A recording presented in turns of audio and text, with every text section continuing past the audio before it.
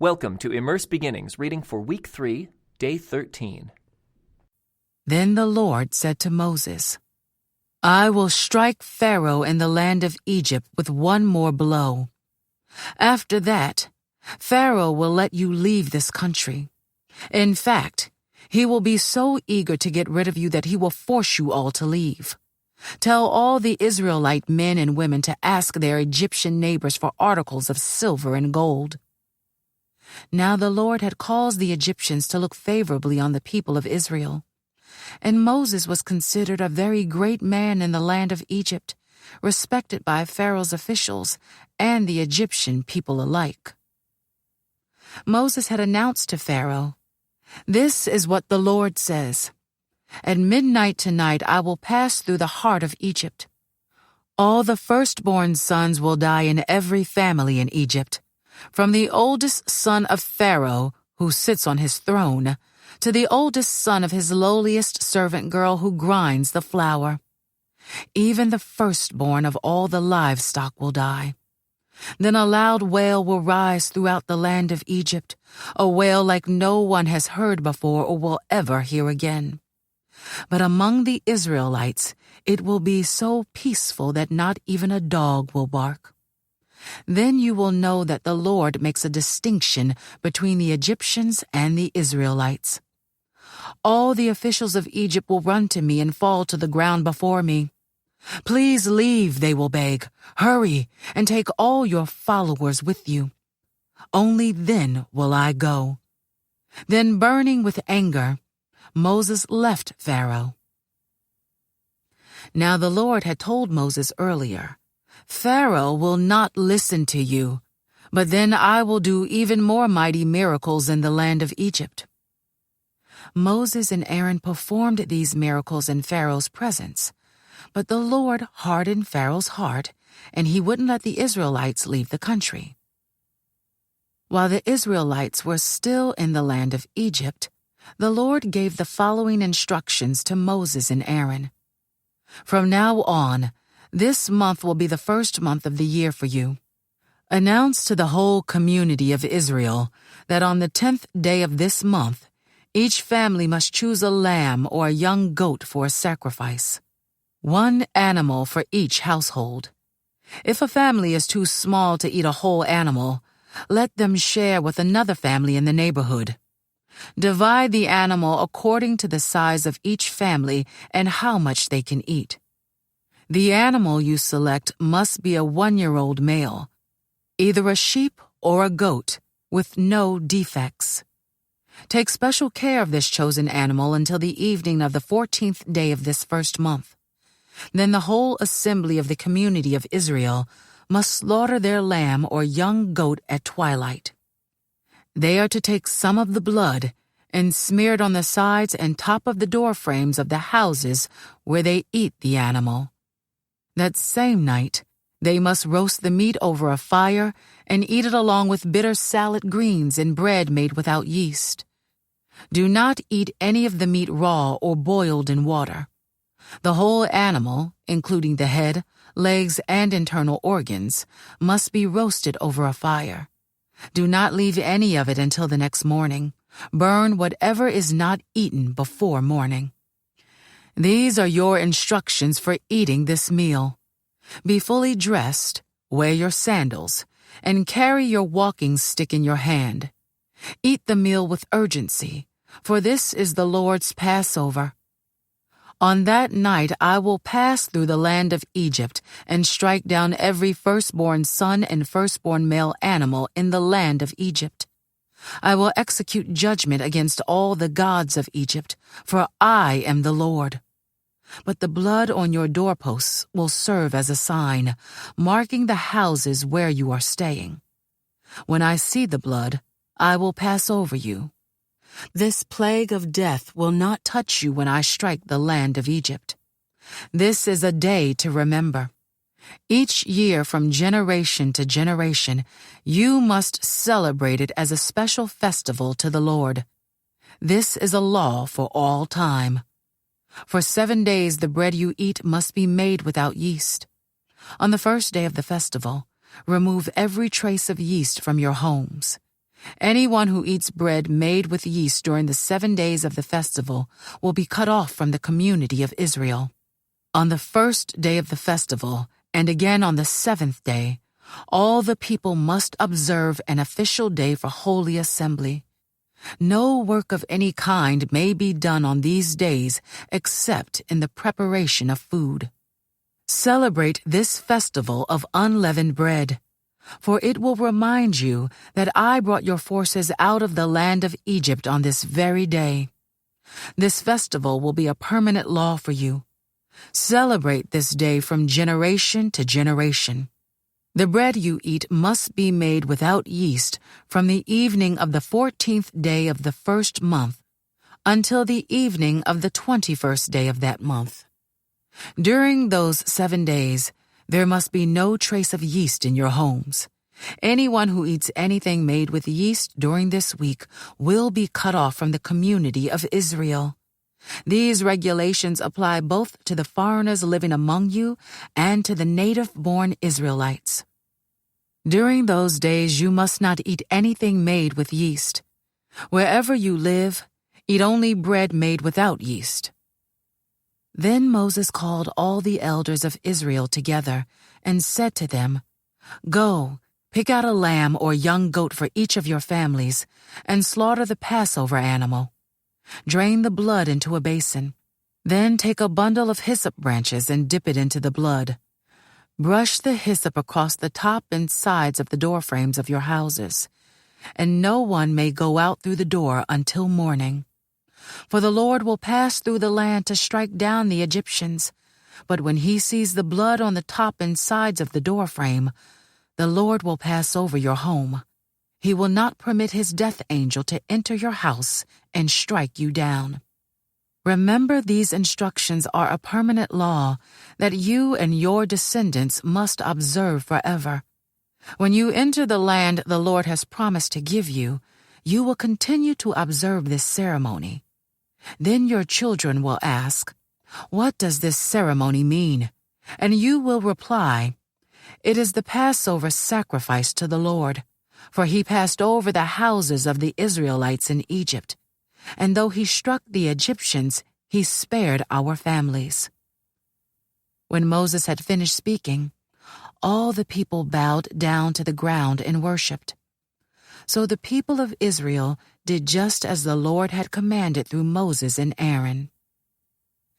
And that night at midnight, the Lord struck down all the firstborn sons in the land of Egypt, from the firstborn son of Pharaoh, who sat on his throne, to the firstborn son of the prisoner in the dungeon.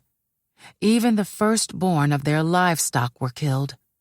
Pharaoh and all his officials and all the people of Egypt woke up during the night, and loud wailing was heard throughout the land of Egypt.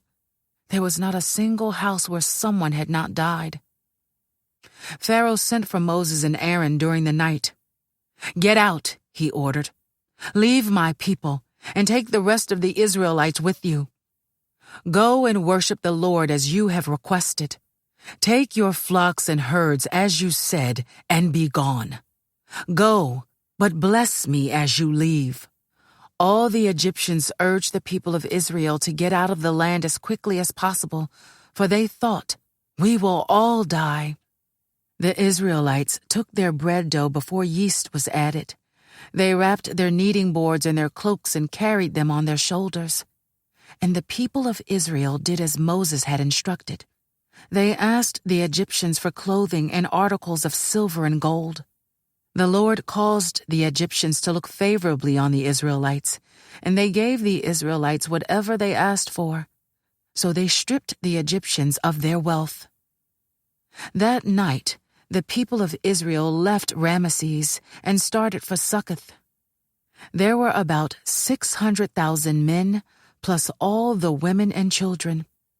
A rabble of non-Israelites went with them, along with great flocks and herds of livestock. For bread, they baked flat cakes from the dough without yeast they had brought from Egypt. It was made without yeast because the people were driven out of Egypt in such a hurry that they had no time to prepare the bread or other food. The people of Israel had lived in Egypt for 430 years.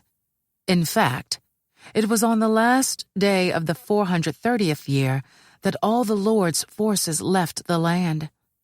On this night, the Lord kept his promise to bring his people out of the land of Egypt. So this night belongs to him, and it must be commemorated every year by all the Israelites from generation to generation. Then the Lord said to Moses and Aaron, "These are the instructions for the festival of Passover. No outsiders are allowed to eat the Passover meal, but any slave who has been purchased may eat it if he has been circumcised. Temporary residents and hired servants may not eat it. Each Passover lamb must be eaten in one house. Do not carry any of its meat outside, and do not break any of its bones. The whole community of Israel must celebrate this Passover festival. If there are foreigners living among you who want to celebrate the Lord's Passover, let all their males be circumcised. Only then may they celebrate the Passover with you like any native-born Israelite. But no uncircumcised male may ever eat the Passover meal. This instruction applies to everyone, whether a native-born Israelite or a foreigner living among you." So all the people of Israel followed all the Lord's commands to Moses and Aaron. On that very day, the Lord brought the people of Israel out of the land of Egypt like an army. Then the Lord said to Moses, "Dedicate to me every firstborn among the Israelites. The first offspring to be born of both humans and animals belongs to me." So Moses said to the people, "This is a day to remember forever, the day you left Egypt, the place of your slavery. Today the Lord has brought you out by the power of his mighty hand. Remember, eat no food containing yeast. On this day in early spring, in the month of Abib, you have been set free. You must celebrate this event in this month each year after the Lord brings you into the land of the Canaanites, Hittites, Amorites, Hivites, and Jebusites. He swore to your ancestors that he would give you this land, a land flowing with milk and honey. For 7 days the bread you eat must be made without yeast. Then on the 7th day, celebrate a feast to the Lord. Eat bread without yeast during those 7 days. In fact, there must be no yeast bread or any yeast at all found within the borders of your land during this time. On the 7th day, you must explain to your children, 'I am celebrating what the Lord did for me when I left Egypt.' This annual festival will be a visible sign to you, like a mark branded on your hand or your forehead. Let it remind you always to recite this teaching of the Lord. With a strong hand, the Lord rescued you from Egypt. So observe the decree of this festival at the appointed time each year. This is what you must do when the Lord fulfills the promise he swore to you and to your ancestors. When he gives you the land where the Canaanites now live, you must present all firstborn sons and firstborn male animals to the Lord, for they belong to him. A firstborn donkey may be bought back from the Lord by presenting a lamb or young goat in its place. But if you do not buy it back, you must break its neck. However, you must buy back every firstborn son. And in the future, your children will ask you, 'What does all this mean?' Then you will tell them, 'With the power of his mighty hand, the Lord brought us out of Egypt, the place of our slavery. Pharaoh stubbornly refused to let us go.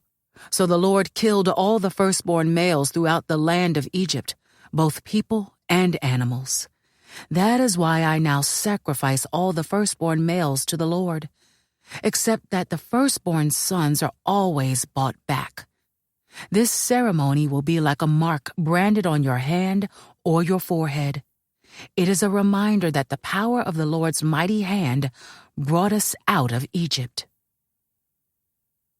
When Pharaoh finally let the people go, God did not lead them along the main road that runs through Philistine territory, even though that was the shortest route to the Promised Land. God said, if the people are faced with a battle, they might change their minds and return to Egypt. So God led them in a roundabout way through the wilderness toward the Red Sea. Thus, the Israelites left Egypt like an army ready for battle.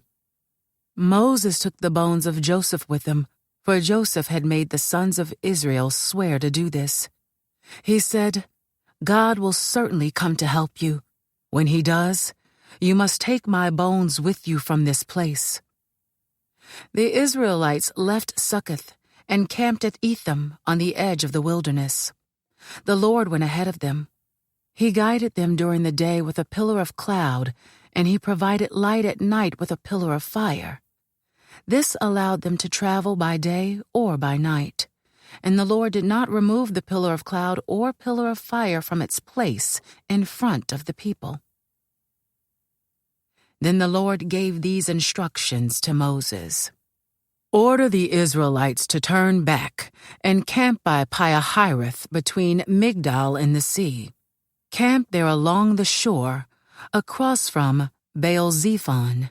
Then Pharaoh will think, the Israelites are confused. They are trapped in the wilderness. And once again I will harden Pharaoh's heart, and he will chase after you. I have planned this in order to display my glory through Pharaoh and his whole army. After this, the Egyptians will know that I am the Lord. So the Israelites camped there as they were told. When word reached the king of Egypt that the Israelites had fled, Pharaoh and his officials changed their minds. What have we done, letting all those Israelite slaves get away? They asked. So Pharaoh harnessed his chariot and called up his troops. He took with him 600 of Egypt's best chariots, along with the rest of the chariots of Egypt, each with its commander.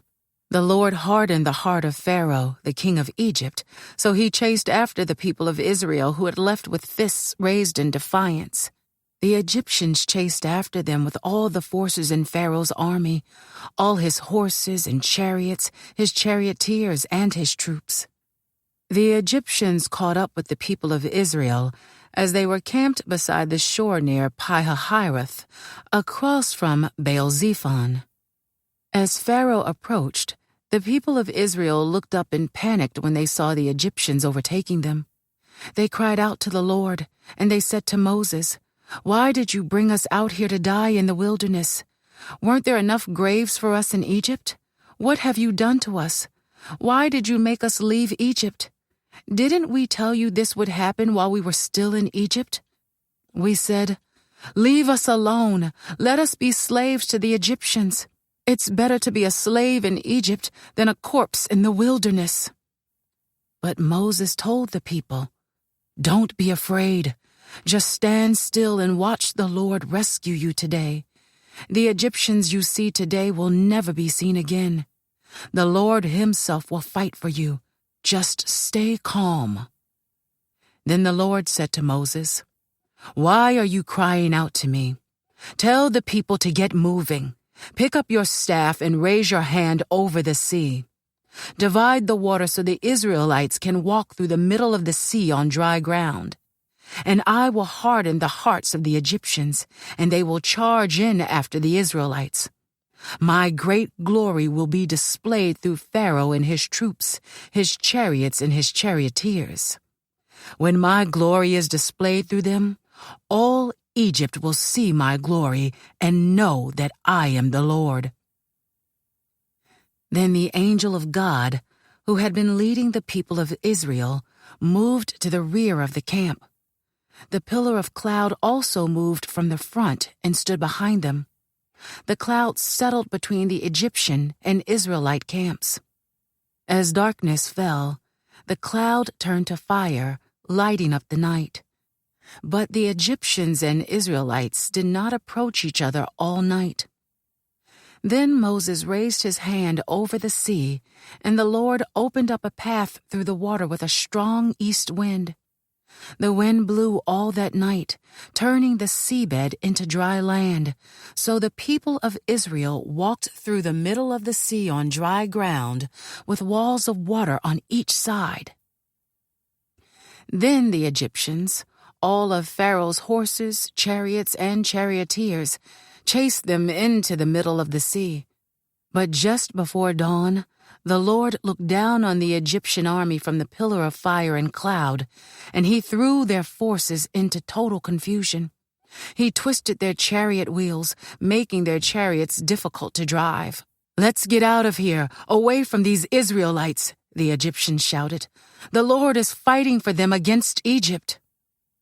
When all the Israelites had reached the other side, the Lord said to Moses, "Raise your hand over the sea again. Then the waters will rush back and cover the Egyptians and their chariots and charioteers." So as the sun began to rise, Moses raised his hand over the sea, and the water rushed back into its usual place. The Egyptians tried to escape, but the Lord swept them into the sea. Then the waters returned and covered all the chariots and charioteers, the entire army of Pharaoh. Of all the Egyptians who had chased the Israelites into the sea, not a single one survived. But the people of Israel had walked through the middle of the sea on dry ground, as the water stood up like a wall on both sides. That is how the Lord rescued Israel from the hand of the Egyptians that day. And the Israelites saw the bodies of the Egyptians washed up on the seashore. When the people of Israel saw the mighty power that the Lord had unleashed against the Egyptians, they were filled with awe before him. They put their faith in the Lord and in his servant Moses. Then Moses and the people of Israel sang this song to the Lord. "I will sing to the Lord, for he has triumphed gloriously. He has hurled both horse and rider into the sea. The Lord is my strength and my song. He has given me victory. This is my God, and I will praise him, my father's God, and I will exalt him. The Lord is a warrior, Yahweh is his name. Pharaoh's chariots and army he has hurled into the sea. The finest of Pharaoh's officers are drowned in the Red Sea. The deep waters gushed over them, they sank to the bottom like a stone. Your right hand, O Lord, is glorious in power. Your right hand, O Lord, smashes the enemy. In the greatness of your majesty, you overthrow those who rise against you. You unleash your blazing fury, it consumes them like straw. At the blast of your breath, the waters piled up. The surging waters stood straight like a wall. In the heart of the sea, the deep waters became hard. The enemy boasted, I will chase them and catch up with them. I will plunder them and consume them. I will flash my sword. My powerful hand will destroy them. But you blew with your breath, and the sea covered them. They sank like lead in the mighty waters. Who is like you among the gods, O Lord? Glorious in holiness, awesome in splendor, performing great wonders? You raised your right hand, and the earth swallowed our enemies. With your unfailing love you lead the people you have redeemed. In your might you guide them to your sacred home. The peoples hear and tremble. Anguish grips those who live in Philistia. The leaders of Edom are terrified. The nobles of Moab tremble. All who live in Canaan melt away. Terror and dread fall upon them. The power of your arm makes them lifeless as stone, until your people pass by, O Lord, until the people you purchased pass by. You will bring them in and plant them on your own mountain, the place, O Lord, reserved for your own dwelling, the sanctuary, O Lord, that your hands have established. The Lord will reign forever and ever. When Pharaoh's horses, chariots, and charioteers rushed into the sea, the Lord brought the water crashing down on them. But the people of Israel had walked through the middle of the sea on dry ground. Then Miriam the prophet, Aaron's sister, took a tambourine and led all the women as they played their tambourines and danced. And Miriam sang this song: "Sing to the Lord, for he has triumphed gloriously. He has hurled both horse and rider into the sea." This concludes today's Immerse reading experience. Thank you for joining us.